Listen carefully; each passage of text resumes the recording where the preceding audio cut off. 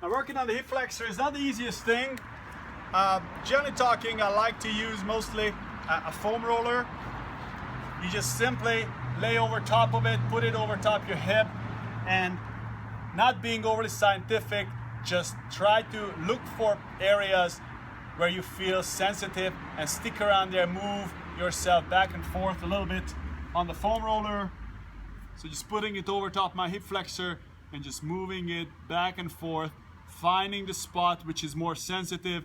Now, the hip flexor is a very interesting piece of muscle. It attaches your spine and your lower limb. That's the only muscle that connects your spine and your lower limbs or your leg.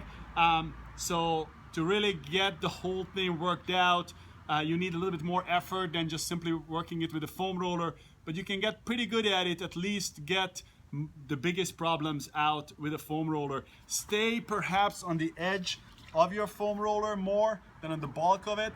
That way you can get a little bit deeper.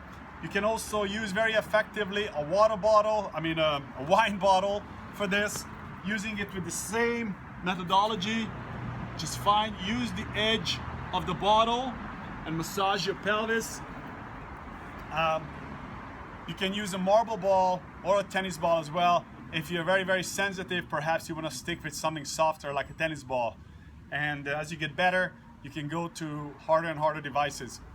So this was the hip flexor massage.